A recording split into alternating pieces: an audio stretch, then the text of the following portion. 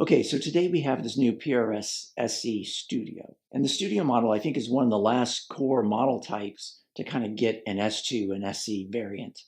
And there's actually two SE Studio versions. There's this version, which has kind of a top mount pick guard, very similar to the SE NF3 that I did a review of a while back. I'll put the link to it here. But there's also a version that has a flame maple top and has direct mount pickups and a slightly different control configuration. So the price difference between the two is, I think, about $250. Basically, they're the same general kind of construction. They both are bolt-on maple necks. They both have a mahogany body. That one does have a maple top to it, but in general, they're very similar guitars, same pickup, same everything. So let's start with the construction. Like I said, you've got a mahogany body that's got a top mount pick guard on it. You've got a maple neck with the standard SE neck join here. You've got a rosewood fretboard. The guitar that I picked out on Sweetwater has a little bit of a lighter rosewood with some more prevalent streaks in it. There are versions of this that you can get that have like a real dark rosewood if that's what you want. So keep that in mind. There are variations in how the rosewood looks on these guitars. And if you have strong opinions either way, you probably might want to go something like Sweetwater where you can actually see a picture of the guitar you're buying. Personally, I went with the lighter rosewood because I thought it went really well with this color guitar. And also that this guitar was one of the lighter ones that Sweetwater had, so that was part of my choice. You've got the standard kind of SE non-locking tuners. These work pretty good. They work pretty well. The tuners on the SE range can be kind of hit or miss sometimes, I find, but these are pretty good. And they're the same ones that are on the CE Satin, so I like these tuners quite a bit. The nut is your standard SE nut. Again, along with the tuners, this is typically one of the only weak points that I see in SE guitars. This one was cut pretty well in terms of height. I was getting some string binding on the B and high E strings. So when I was tuning it, I was kind of getting ting sounds from, the strings as they were moving through the nut because it was binding a little bit. I was able to take just kind of a nut file and smooth that out a little bit. But I will say, I think the nut is still binding a little bit because when I try to use the tremolo arm, I do tend to get some tuning issues. So keep that in mind. The nut might need a little bit of attention. And this could just be this guitar is like that, but something to keep in mind. The fretwork, as it is on every SE that I've tried, is immaculate. They do a really good job with the frets. The neck is their pattern thin. Again, it's the same that's on the NF3. It's on the CE 24 Satin. It's, pretty common in most of their bolt-on guitars in the SE range. In terms of the pickups, this is, an HSS. You've got the narrow field pickups, which, when I did the NF3 review, I described them as they feel like they're halfway between a single coil and a P90. I kind of still stick by that description. I think they sound like a really beefy single coil. And then you've got the 5815S. This is the same that's in my SE McCarty. So this is one of my favorite humbuckers in the SE range. It's not an 8515 that has that kind of really aggressive top end. This is a real smooth vintage sounding humbucker. You've got a 5-way switch. The settings work the way you expect. You've got a volume and you have a tone, and the tone is a push-pull that I believe taps the humbucker. I don't think it's a split, it's a tap. But it basically converts the humbucker into a single coil. I will say I like these knobs quite a bit. These are kind of good-looking knobs. I think they go well with kind of the look of the guitar. So aesthetically, it's a super nice-looking guitar. If I had any complaint, I wish the narrow field covers were white to match the pickguard. The chrome with the white with the black, it's a little much. I wish it was all white, but that's just a very small kind of personal nitpick.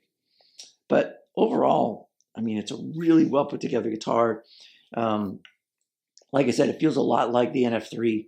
There is a difference in body wood. The NF3 is a poplar body, where, like I said, this is mahogany.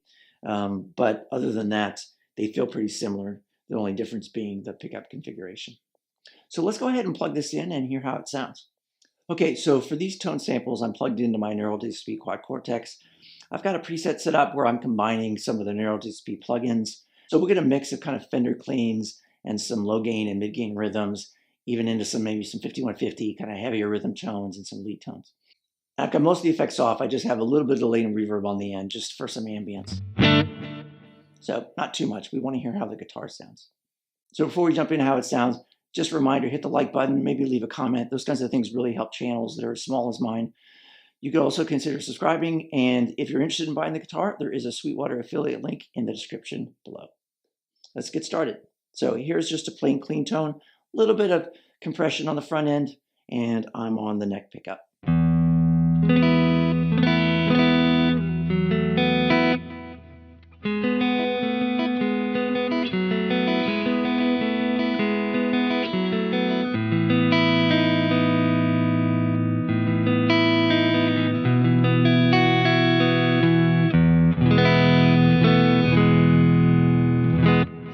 So you can hear, it sounds like just a nice, beefy, warm single coil.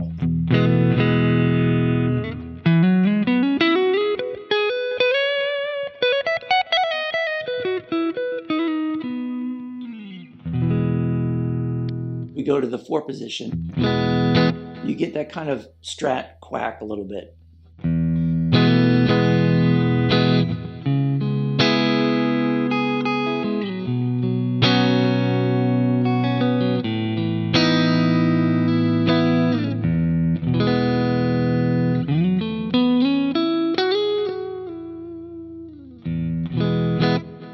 The middle position.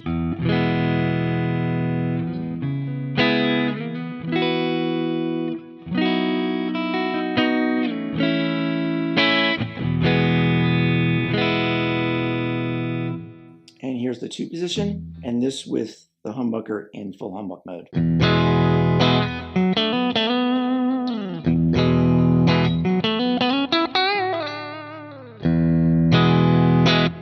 And if I tap it,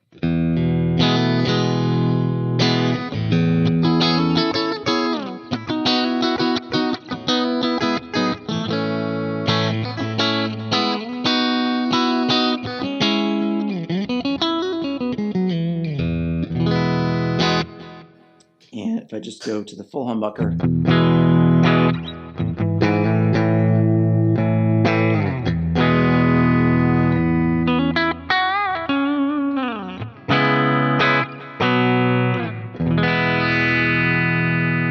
and we tap it.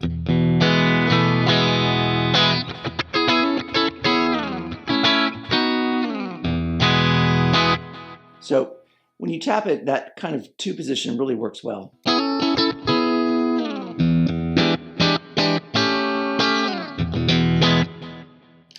And let's go ahead and add a little bit of gain. I'm going to go back to the neck pickup, and we'll just add like a little bit of drive pedal in front of that clean tone.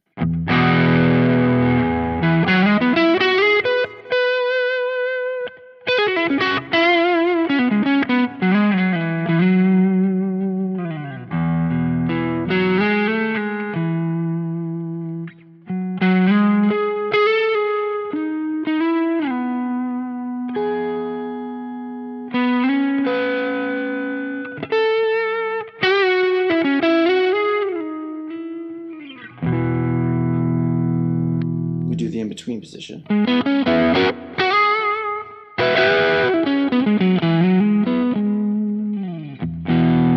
So you can hear, the narrow field pickups, again, they're a little beefier and warmer than a typical kind of strat single coil.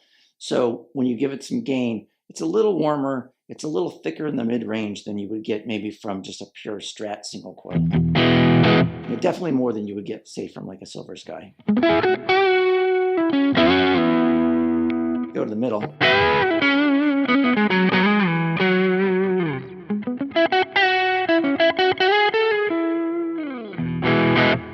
And then here's the in-between with the humbucker.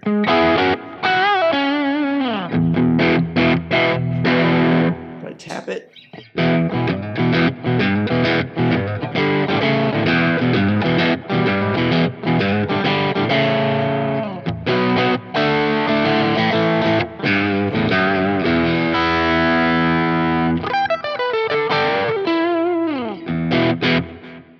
and then here's the full bridge.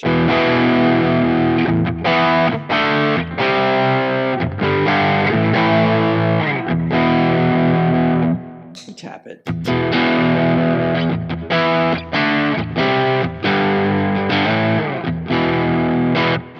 So let's go ahead and we're going to switch over just to a kind of a mid-gain Soldano rhythm tone.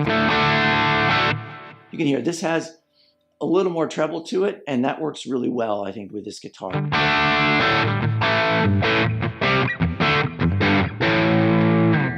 The one thing I like about this pickup combination is it's warm, but it has enough kind of top-end harmonics to it without being harsh.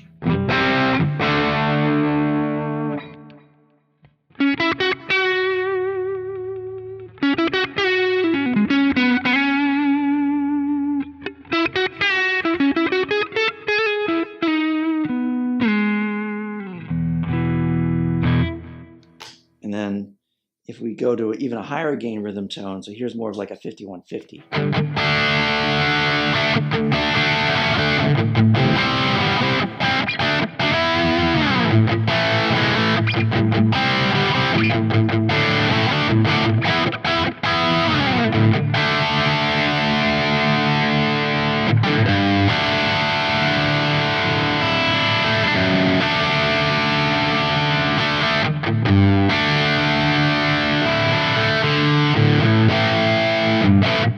So, you know, the 5815 pickup isn't really built for high gain stuff because it is kind of warm and has a little bit more of kind of a softer top end. So when you get into this much gain, you don't get as much clarity as you would get, say, from the 8515, but it's still just a nice sound.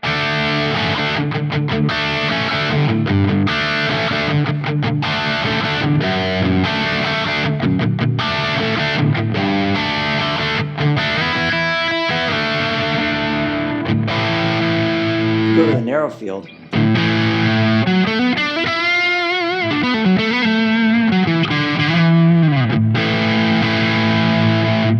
If we do an in-between and we tap the bridge.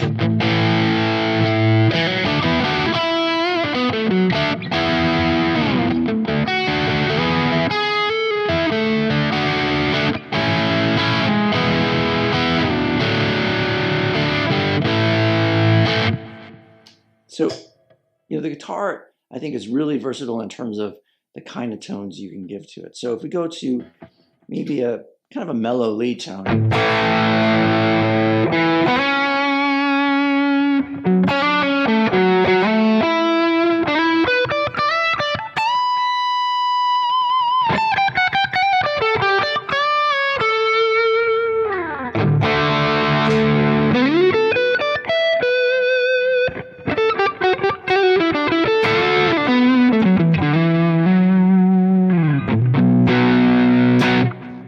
Go instead to kind of maybe a kind of more driven lead tone.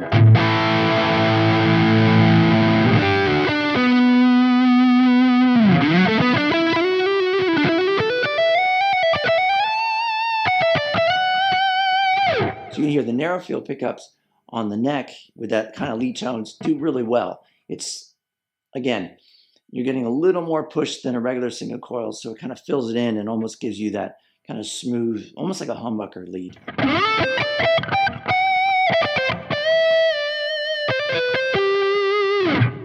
And if we go to the bridge,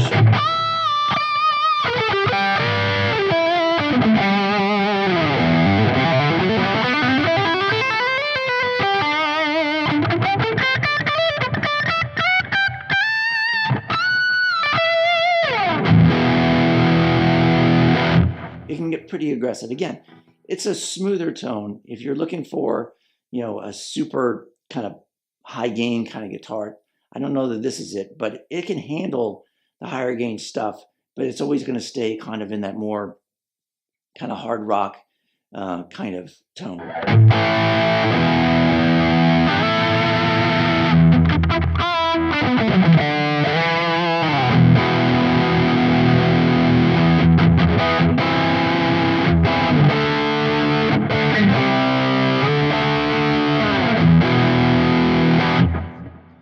So once again, PRS has really introduced another great guitar into the SE lineup.